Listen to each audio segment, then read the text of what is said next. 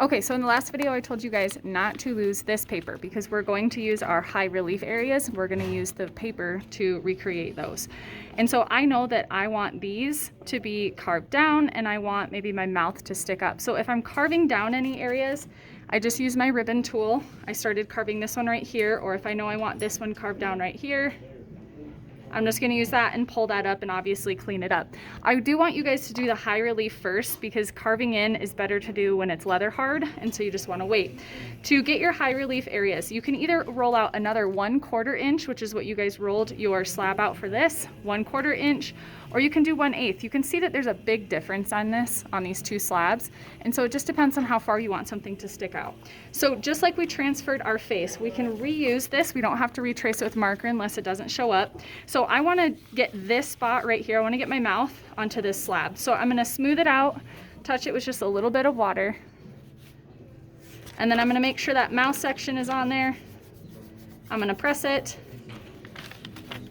And then you can see that it's showing up really, really light. So I can see this enough to cut it, but if you guys can't see it enough to cut it, then you would need to retrace it with marker, and you can use that same paper and do that again.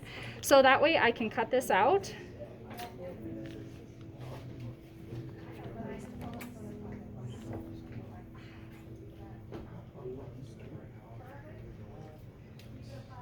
Okay, so this is 1/4. I can pop it out of here. And then it's ready. I know exactly where to place it because I still have my lines on. That's why you don't want to end up smashing those or rubbing the ink off of those. So now anytime I add two pieces of clay together, I have to score and slip. So I'm just roughing up the surface on both of these. And we saw that in the relief video before. Take a little bit of slip. Don't worry if it oozes out. Press it, and then I would use my paintbrush to clean up and ribbon tools to clean up around it.